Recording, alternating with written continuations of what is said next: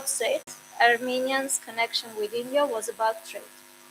There is a rich Armenian cultural heritage currently in India that is supported by the government of India.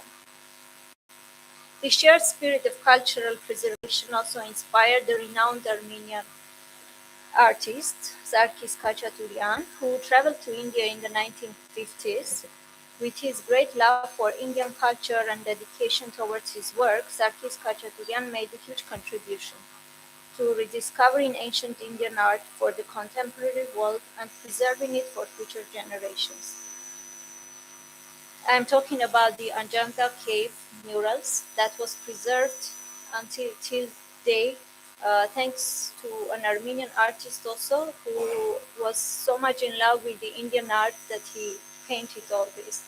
To honor this cultural exchange in July 2024, the Embassy of Armenia in India, in collaboration with the Ministries of Foreign Affairs of Armenia and India, and also the permanent delegation of Armenia to UNESCO, hosted a side event titled Art and Reinstates Friendship, Ajanta Revisited in Armenia, during the 46th session of UNESCO World Heritage Committee in New Delhi. On this note, of course, I congratulate Indian friends on having ancient Buddhist site of Sarnath inscribed on the UNESCO World Heritage List, becoming India's 45th property to receive this recognition just a few days ago at the 48th session of the World Heritage Committee. Above all, Armenia has constantly supported India in multilateral forums and joint India-led initiatives such as the International Solar Alliance by becoming 104th full member of the International Solar Alliance in 2024. Armenia also has been regular participant at the Voice of the Global South Summit, which provides an effective platform for the developing countries to voice their concerns and also challenges and talk about their development priorities. Before concluding, let me note that Armenia has made a sovereign choice to pursue a balanced foreign policy, building meaningful and mutually beneficial partnerships in many directions that are pillars of a diversified cooperative foreign policy architecture. So, in the end, historically positioned at the west of the east and the east of the west, throughout its history, Armenia often found itself center stage to civilizational conflict. Today, we dismiss this presumption of civilizational conflict and position ourselves as a proponent of dialogue between several civilizations. Armenia has always been at the crossroads connecting the north to the south and the west to the east. Today as well, the country is ready to serve as a connecting hub for such interactions. Thank you, Dr. Annie, for highlighting the centrality of Armenia. Today, when we are looking at various connectivity projects, both north-south and east-west connectivity, Armenia is a crucial hub. Thank you also for highlighting Armenia's balanced and multi-vector foreign policy and its old ties with India. Next, I'm inviting Mr. Sanzar Ulakhanov, the Deputy Chief of Mission. And I would like to say that Kazakhstan presents a very good example of a balanced and multi-vector foreign policy. The ninth largest country in the world, Kazakhstan has been able to maintain a very balanced ties with countries cutting across various regions. It has very good, it is a part of CSTO and Eurasian Economic Union, but it has close collaboration with European Union, with US. It was the chair of OSCE, the Organization of Security and Cooperation in Europe, in 2010, and the very next year it was the chair of Organization of Islamic Cooperation in 2011. Kazakhstan has maintained good ties with Iran. for some time, it hosted the bank for the nuclear bank for Iran. It is also part of the group of countries which are in the Abraham Accords. So it maintains very good ties with Israel and Iran, with China, Russia, and US. So it is a very good example and case of multi-vector balanced foreign policy. We would like to hear more from you, sir.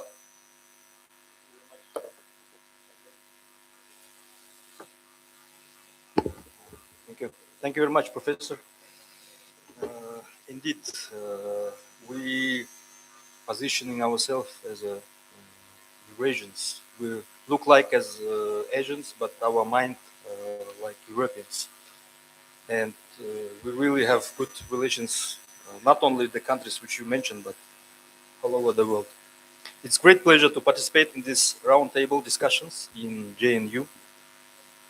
Eurasia today is not only crossroads of geography, but also ideas, models of development, and visions of the future international order. When we speak about Eurasia, we often focus on geopolitics, economic transformation, transport connectivity, emerging global challenges. These are all important. However, Eurasia has always been more than just physical space. It's, as you mentioned, a civilization of continuum shaped by interaction, exchange, and coexistence. Historically, this region served as a bridge connecting civilizations, peoples, and cultures. The Silk Road linked Asia and Europe through Central Asia, facilitating not only trade but also intellectual exchange and technological diffusion. In many ways, it was an early model of globalization, more gradual but deeply human-centered. Today, a nature of connectivity has evolved. Alongside traditional transport corridors, we are witnessing the emergence of digital knowledge and innovation networks. Yet the core principle remains unchanged. Cooperation across Eurasia is essential for shared stability and development. In this context, it's important to highlight several dimensions shaping contemporary Eurasia. The first, the growing role of civilizational discourse and identity politics. Across the regions, questions of identity, history, and cultural heritage are becoming more prominent.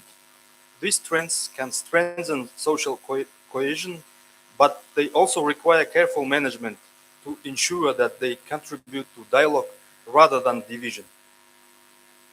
Countries of the region, including Kazakhstan, are advancing reforms, diversifying their economies, and redefining their roles in the international system. India's engagement with Eurasia is becoming increasingly significant. India's economic growth, technological capabilities, and historical ties with the region position it's an important and natural partner for Central Asian countries, including Kazakhstan. I have to mention that uh, the name of Kazakh statesman, historian, whose name was Muhammad Haydar Dulati, who lived in 16th century, occupies a special place in Indian history. After the death of Sultan Said Khan, Muhammad Haydar Dulati moved to India, where he observed life of the court of Emperor Babur. His work, Tarikh-i-Rashidi, which translates as a history of Rashid, became an important source on the history of Central Asia, Mongolistan, and the Kazakh Khanates, and it was written in India. For Kazakhstan, the Eurasian dimension is both a historical legacy and strategic priority. Located at the heart of the continent, Kazakhstan has long been meeting point of regions. Our objective today is to strengthen this role not only by developing infrastructure, but by fostering cooperation in education, science, and technology. Kazakhstan believes that in a fragmented international environment, resilience is built through partnership. Our foreign policy is guided by principles of openness, pragmatism, and mutual respect. We seek constructive and balanced engagement with all partners and support dialogue even in complex geopolitical conditions.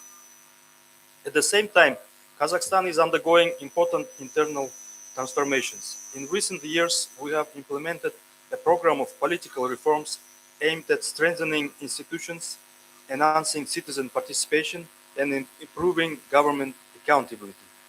Following constitutional reforms endorsed through national referendum, we have strengthened the role of parliament, rebalanced elements of political system, and expanded opportunities for public engagement.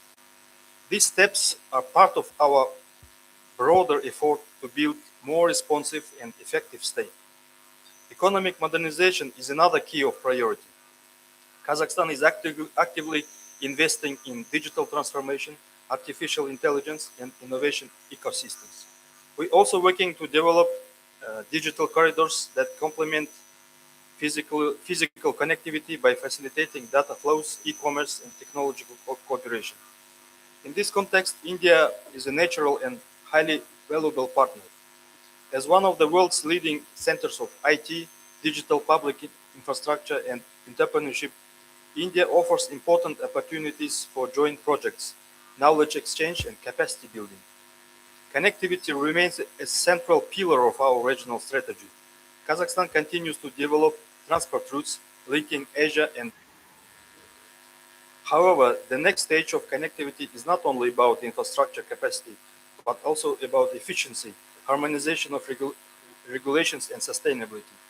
In this regard, there is strong potential for cooperation with partners, including India, in logistics, digitalization, customs facilitation, and green transport solutions. Equally important is human connectivity. Education and scientific cooperation are among Kazakhstan's strategic priorities. We aim to position Kazakhstan as an academic and research hub in Eurasia. Today, for more than 11,000 Indian students are studying in Kazakhstan, particularly in medicine, engineering, and technical fields. They form a living bridge between our societies. At the same time, cooperation between universities is expanding through joint research, academic mobility, and institutional partnerships. Even I see here our professor from Eurasian University, Ms. Akbotar Joldaspekova. Thank you for invitation. In particular, water security is becoming a critical issue for Central Asia. The sustainable management of transboundary water resources requires not only regional cooperation, but also scientific innovation and knowledge exchange, areas where collaboration with Indian institutions could be especially valuable. In this regard, I would like to express our appreciation for the government of India for programs such ICCR and ITEC, which contribute significantly and to strengthening people-to-people ties and professional capacity. Kazakhstan is also expanding its engagement in climate and environmental diplomacy. We are increasing to share of renewable energy in our national energy mix and promoting green technologies. Cooperation with India in solar energy, green hydrogen, and climate adaptation presents promising opportunities. We also continue to support international dialogue through platforms such as Astana International Forum. In a time of global uncertainty, such platforms help maintain channels of communication and promote practical solutions.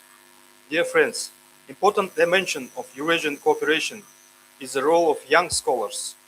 Universities today are not only centers of education, they are increasingly becoming platforms for policy innovation. The ideas discussed in academic settings can be shape really policy decisions. Networks formed here can evolve into long-term partnership across countries and regions. In this context, institutions such as JNU play a particularly important role. India and Kazakhstan has significant untapped potential for cooperation. Moving forward, it's important to expand this cooperation into new emerging areas, especially those driven by next generation. Kazakhstan believes that the future of Eurasia will depend on our ability to build inclusive, flexible, and forward-looking partnership. Transport connects countries, trade connects economies, but knowledge and trust connect societies. I hope that today's discussions will lead not only to meaningful academic exchange, but also to practical initiatives, joint research, and lasting partnership between Kazakhstan, India, and the broader Eurasian region. Thank you for attention. Thank you, Mr. Sanja, for laying out the main priorities of Kazakhstan's foreign policy and also its domestic politics. You mentioned Mirza Dughlati, who came to India, and in fact, he was the governor of Kashmir, Jammu and Kashmir. And he, in many ways, he is considered as a creator of modern Kashmir. And apart from Mirza Dughlati, I would like to make, because we are discussing Eurasianism, I would like to mention another very prominent and living Kazakh poet, historian, anti-nuclear activist who completed 90 years this year, that is Olzas Suleymanov.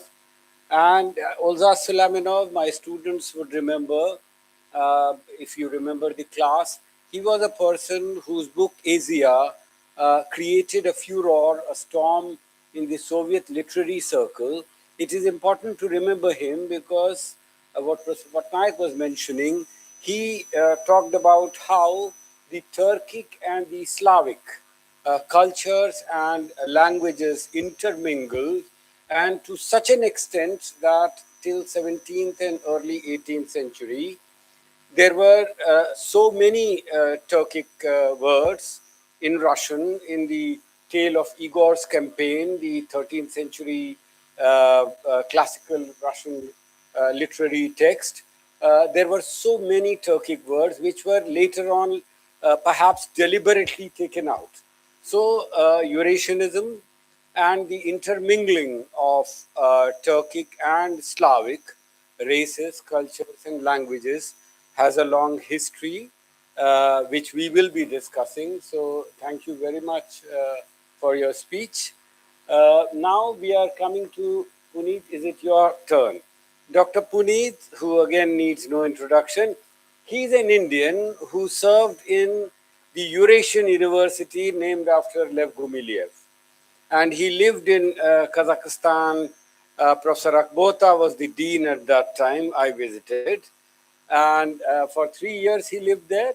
And we would like to hear from you about your experiences about Kazakhstan being a Eurasian country.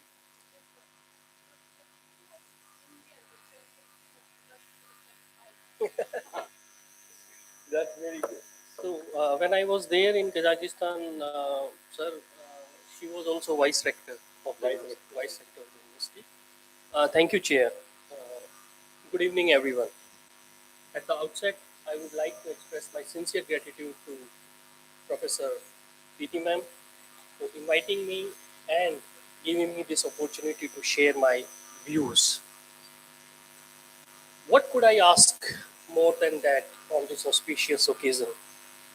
To presenting my views, where one of my teacher is chairing the session, my lots of teachers are sitting in the audience, and one is organizing. That is, I think, one of the best moment of my life, because I have spent nearly about 10 years of my life in JNU, starting from Periyar to Mahanadi. So I think I have exhausted all the facilities of JNU here. Thank you.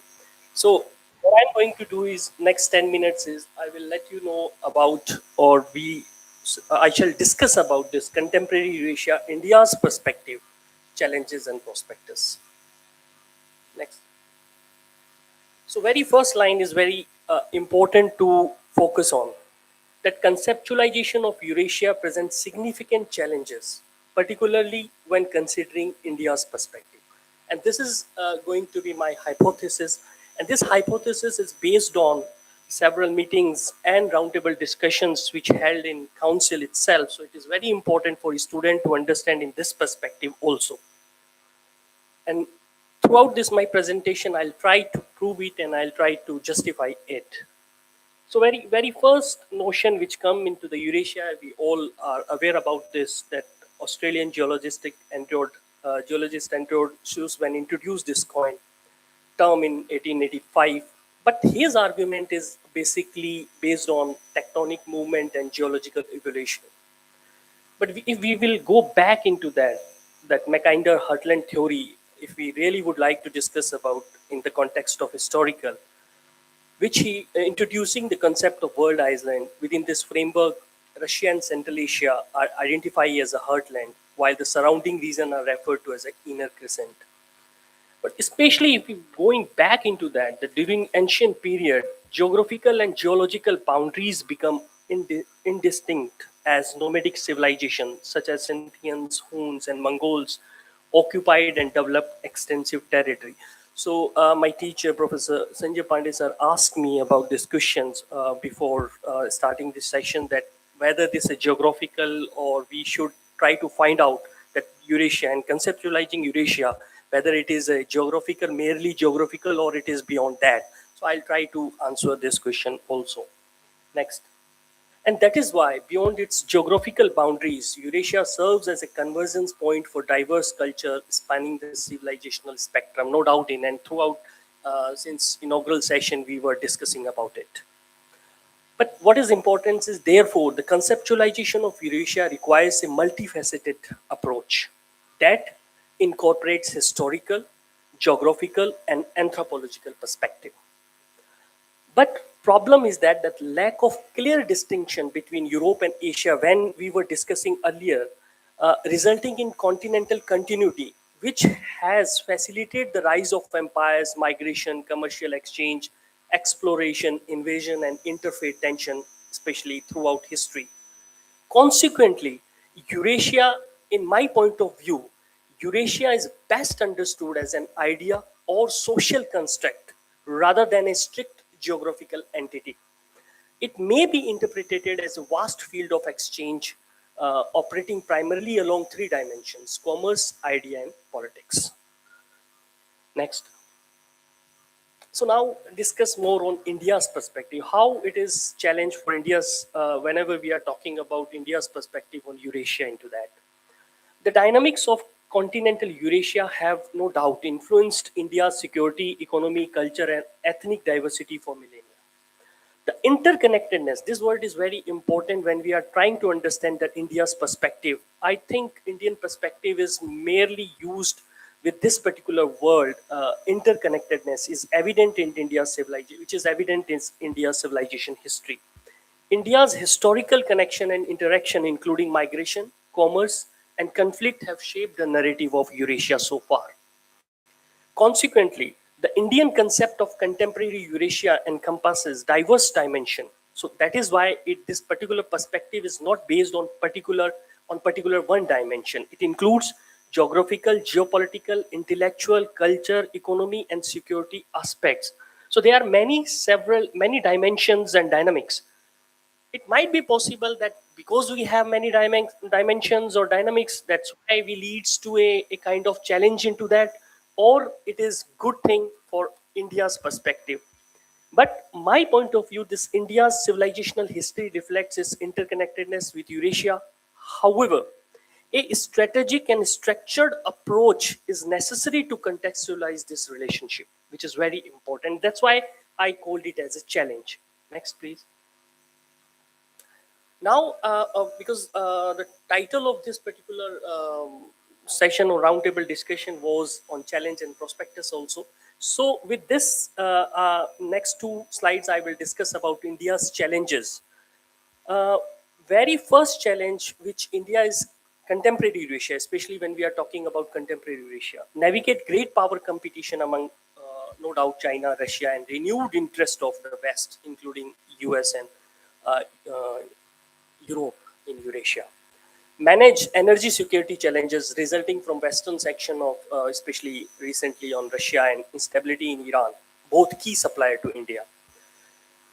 What prominent is address disruption of connectivity projects, which we all knew, that including Chahabar Port and the INSTC, caused by either by conflict zones and sanctions, both. And to respond to increasing security threats from terrorism and regional instability, since we are discussing about this in the independence of India. Next. why we need to, this is also one of the challenges in front of India to safeguard the interest of the Indian diaspora and Indian investment in conflict affected region within this particular region, which we call to Eurasia. Address supply chain disruption and rising cost for trade and transit routes through conflict affected Eurasian corridor, which is very prominent into this particular context. Adapt to the shifting security architecture, including changes in the roles of SCO and as well as Eurasian Economic Union, where discussion is ongoing to be the part of this particular bloc. And to navigate sanction on Russia while maintaining strategic ties in defense and energy, which we are doing, I think, very successfully since this particular 2022 when this conflict is started inceptions. Next. So apart from these all challenges, what prospectus India can see into this particular region?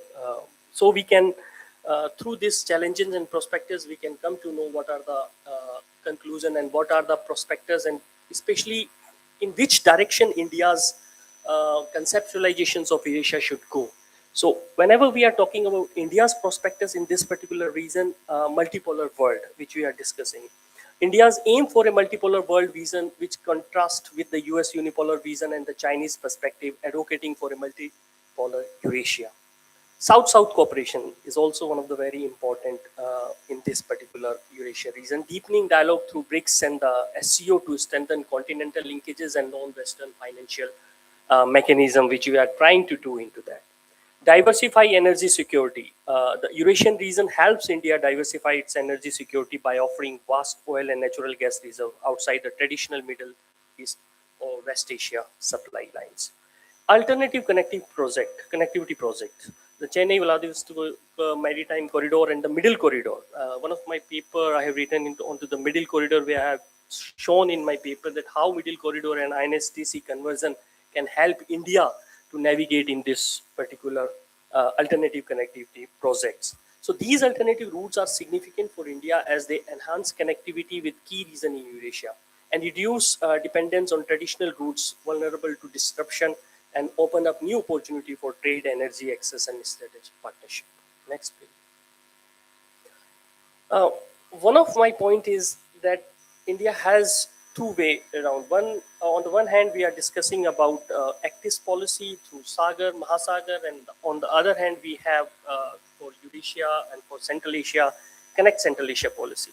In my point of view, Eurasia is a geopolitical and economic powerhouse, and India's centrality in Asia can be seen a bridge between the East and West.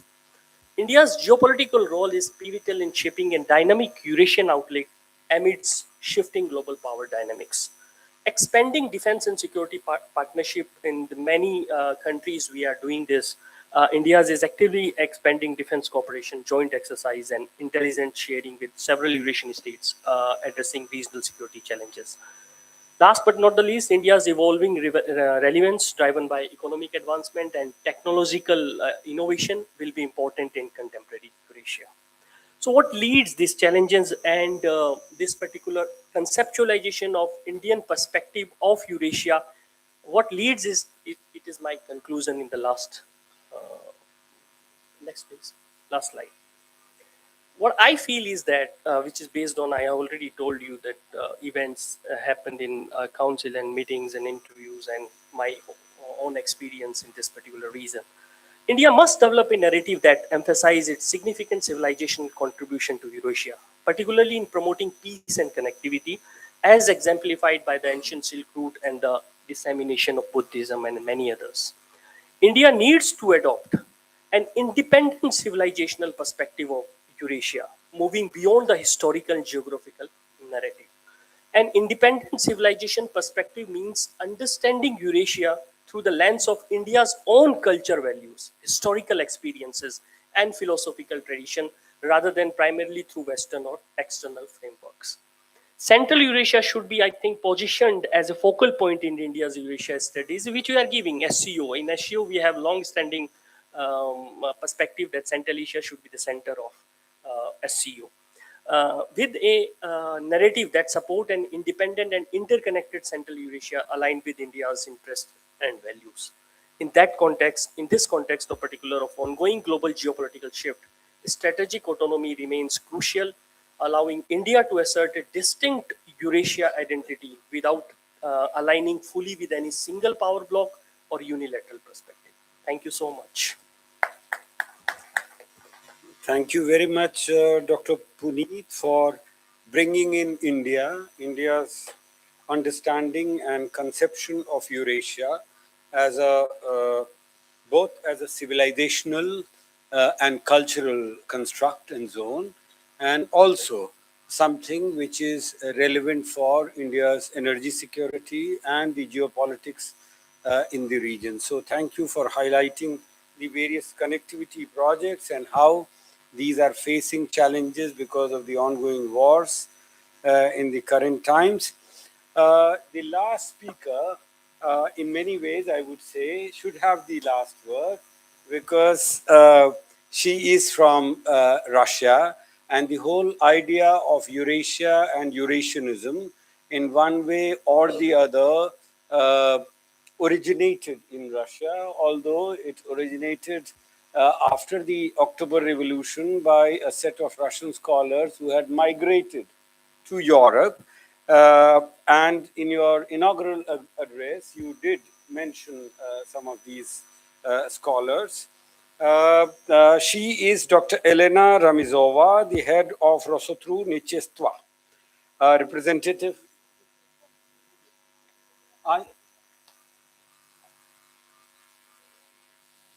Why I'm getting it's not अच्छा change हुआ लेकिन इसमें है नहीं हाँ sorry but your name is not there in the list. I'm really sorry.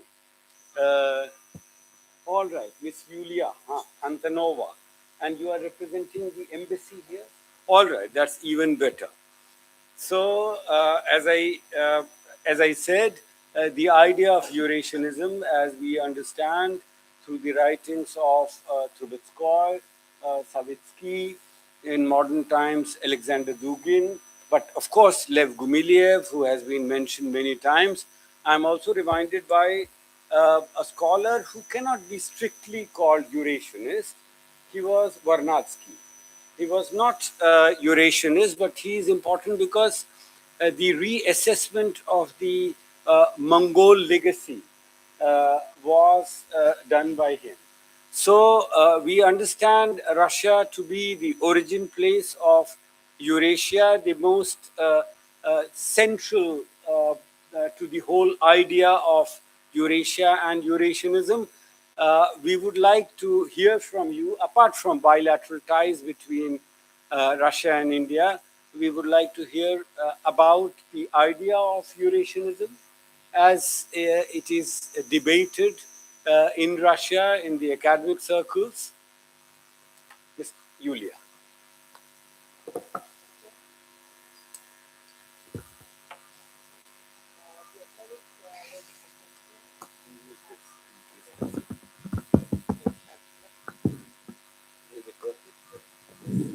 So it's an honor to be here today. Thank you for thank you for inviting, for the warm welcome.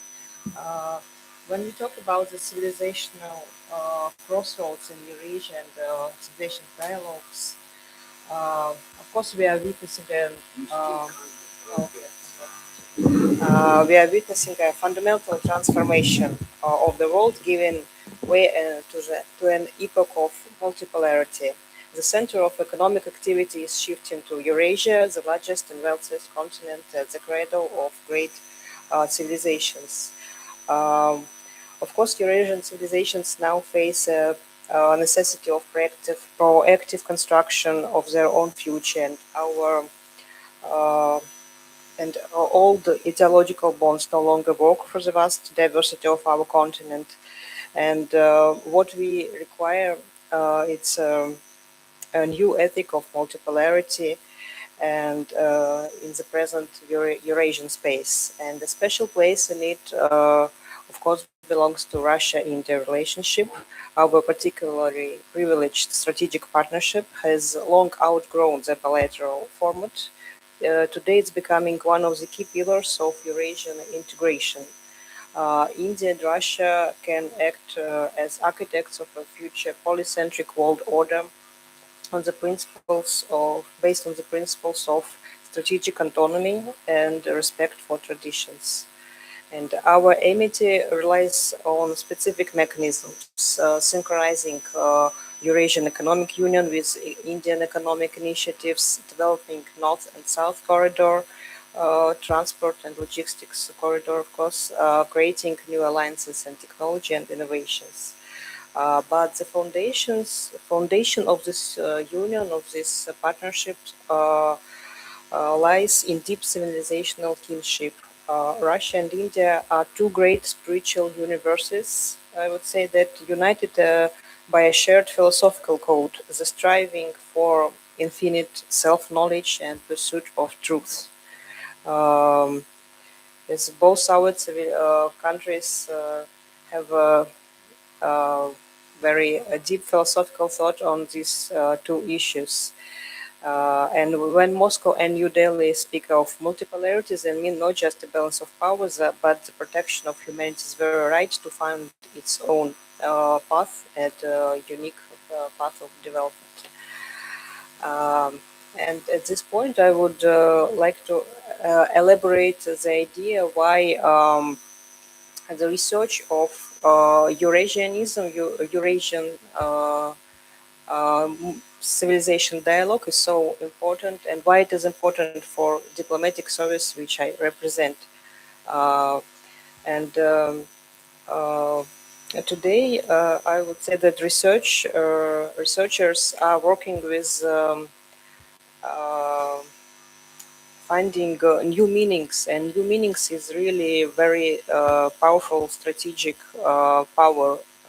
Yes, in today's world.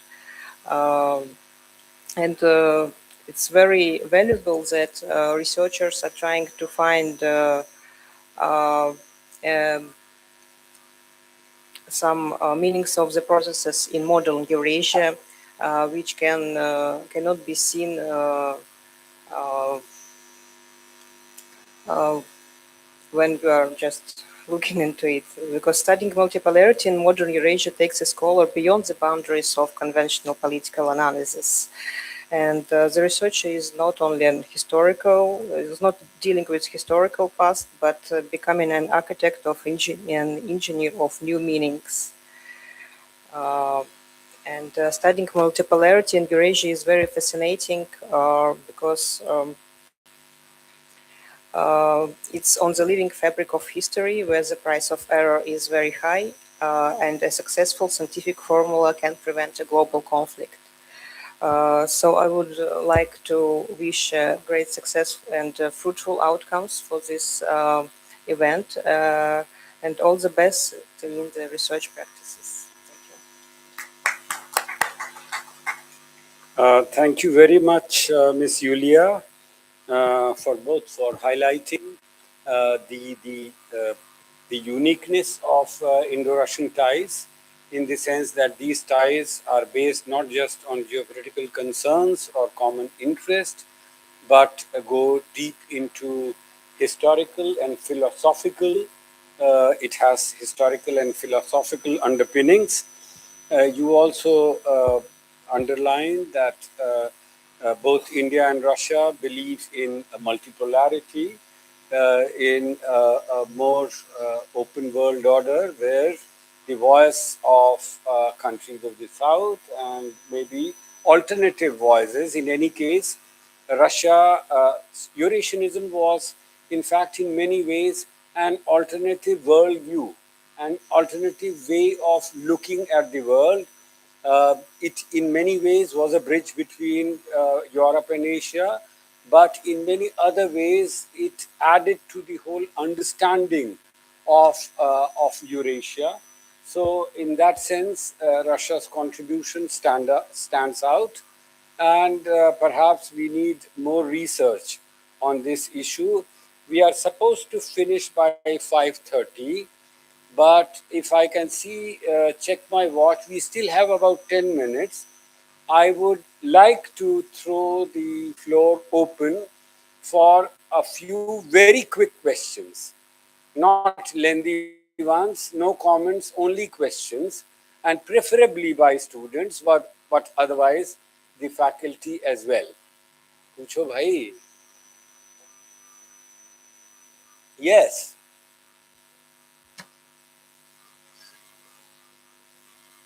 Yes. All right. So I'll in 5 minutes we'll wind up. All right. I was told 5:30. I'm really sorry. All right. Since there are no questions here, maybe Dr. Rajan would like to comment or say something. Yeah. So I'm Rajan. Just wanted to hear from Puneet. So because you talked of civilization, so what do you see some limitations of civilization that you are trying to see?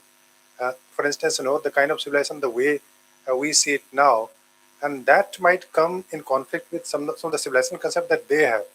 And also because what they are saying is that the Turkic civilization, then Russian civilization.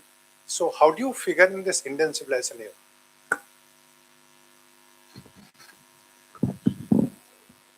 Thank you, sir, for the question.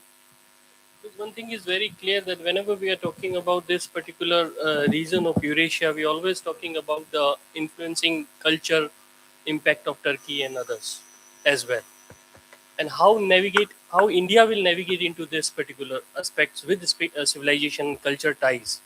I think that shared values and common perspective is very important in this particular context. Recently, I have been in Kyrgyzstan. So we have opened one particular center, research center into this, not with this particular concept, but it's some other institute, and which is called Manas and Mahabharat. So what we have done for this particular center is that we start to explore the commonality between these particular two epics. And I think, in my point of view, these kind of commonality and shared values, which shows that we have some common understanding of culture and civilizations, and we can explore these to other countries also, where we can have this with thinkers, with writers, scholars, and exchange them. I think this is the only way. I don't think so there is a dichotomy between as far as civilization and culture is concerned with this particular reason with India. In fact, the dichotomy is not so much between culture and civilization. It is between nation and civilization, nation states versus civilization states. And the issue can be debated in many ways, but in one way, one can say that there is an element of territoriality in the whole conception of nation states, and territory brings conflict. The idea of civilization is more expansive, it's more inclusive, it's more deep rooted, and it is generally believed that it is multidimensional, and it includes many strands, unlike nation states, which is based on one language, one culture, one identity uh, as it emerged in Europe. So, in that sense, the idea of civilization, some would claim, is more inclusive, and it includes many shades, and the dialogue among civilizations. And it's not just one country. Iran has been talking about the dialogue of traditional religions. Kazakhstan has been holding these dialogues. The CRCAS process is there. So, but of course, we can go on debating it. I have a session in which I will be speaking. Maybe I'll try to touch upon some of these issues. I think we have to close the session here. Our honorable guest is getting late also. Thank you, everyone. Thank you, the speakers. Thank you, all the participants.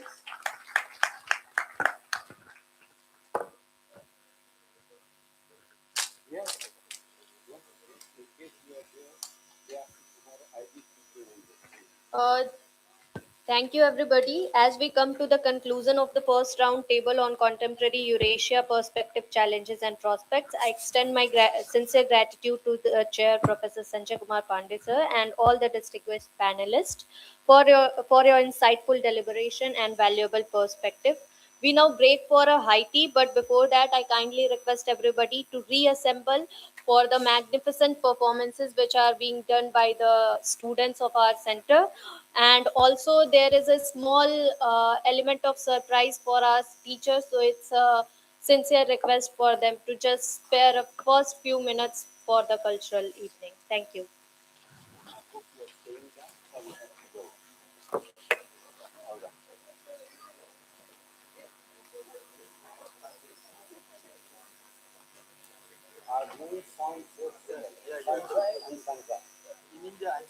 Yes, yes.